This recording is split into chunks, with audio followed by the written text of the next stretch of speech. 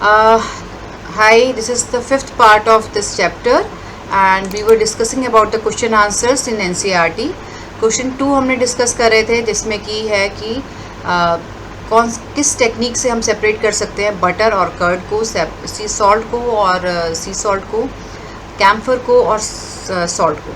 तो centrifugation is the process और centrifugation में जैसे आपने देखा होगा कि कर्ड जो हम लोग कर्ड से घी बनाते हैं या फिर आपकी मदर बटर बनाती हैं घर में, तो हम लोग ब्लेंडर से इसको ऐसे हिला के करते हैं हाथ से अगर जब करना होता है, या कुछ लोग हैंड ब्लेंडर यूज़ करते हैं जिससे कि कर्ड जो है मतलब बटर अलग से निकल जाता है. ठीक है, तो दिस इज सेंट्रीफ्यूगेशन प्रोसेस. ये बड़ी बड़ी मशीन्स के थ्रू भी होता है. तो ये आपको घर में हैंड से भी और हैंड ब्लेंडर से, इलेक्ट्रिक हैंड ब्लेंडर से भी आपको पता लग गया इससे किया जाता है. जैसे this process is called centrifugation. Okay, next है सॉल्ट फ्रॉम सी वाटर. तो ये आपने बहुत सारा देखा होगा कि गुजरात के साइड में कई जगह पे ऐसा होता है कि वहाँ पे वो सॉल्ट वाटर को कलेक्ट करते हैं, फिर उसको वाटर इवेपोरेट कर देते हैं, सॉल्ट को कलेक्ट कर देते हैं. जिस इवेपोरेशन प्रोसेस से कलेक्ट करते हैं. ठीक है, आप घर में भी कर सकते हैं. सब्लिमेशन जो है वो है, आपको पता है कैम्फर जो है वो इवेपोरेट हो जाता है, सब्लिमेट हो जाता है, तो सॉल्ट में से सब्लिमेशन के थ्रू वो निकल जाएगा. नेक्स्ट है कि what type of mixture are separated by the technique of crystallization. Crystallization technique is used to purify solids from it some impurities in it. इसमें जब impurities होती हैं उसको से अलग करने के लिए crystallization process होता है, जैसे कि salt from sea water. ठीक है, नेक्स्ट आता है हमारा पेज नंबर 24 में क्वेश्चन 2 है फिजिकल और केमिकल चेंज में क्या डिफरेंस है. ये देखिए जी, कटिंग ऑफ ट्री जो है वो फिजिकल चेंज है, रस्टिंग ऑफ अलमीरा इज़ केमिकल चेंज है, मेल्टिंग ऑफ बटर जो है वो फिजिकल चेंज है, boiling of water to form steam is a physical change, dissolving sodium common salt in water is a physical change, making a fruit salad it is a physical change, or burning of paper, wood, candles, these are the chemical changes. Okay, next हम लोग next करते हैं, that is pure substances और mixtures कौन कौन से हैं. ये आपको पता है, हमने पढ़ा दिया अच्छे से, उसके लिए मैंने आपको आंसर दे दिया. नेक्स्ट क्वेश्चन पे आते हैं हम. सोडियम क्लोराइड को कैसे सेपरेट करेंगे. Sodium chloride from its solution, देखिए हमने इवेपोरेशन लिख दिया है. Ammonium chloride from a mixture containing sodium chloride and ammonium chloride, that is sublimation के थ्रू. Okay, small piece of metal in an engine oil of a car, तो that is chromatography, sorry filtration. And क्योंकि metal को तो आप filter करके उसमें से निकाल सकते हैं, ऑयल के अंदर से निकालना है तो आप सोच सकते हैं कि फिल्ट्रेशन के थ्रू निकल जाएगा मेटल के basis. Different pigments from and the extracts of flower petals, that is chromatography. तो क्योंकि हम पिगमेंट्स को अलग कर रहे हैं तो that is a tough process.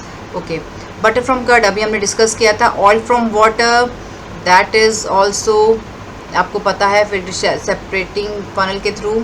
उसके बाद आ रहा है टी लीव्स फ्रॉम टी, आप चाय बनाते हैं, फिल्ट्रेशन करते हैं.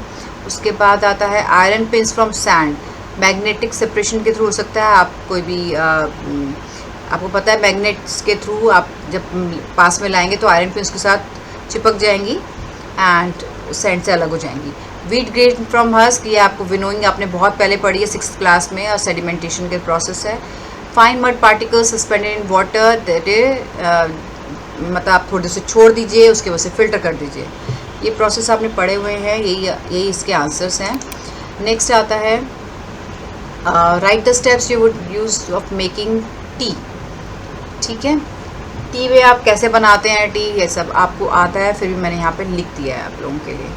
ओके, नेक्स्ट क्वेश्चन आते हैं कि सॉल्युबिलिटी टेस्ट करना है और क्या क्या इसके आंसर्स हैं. तो I have given the answers.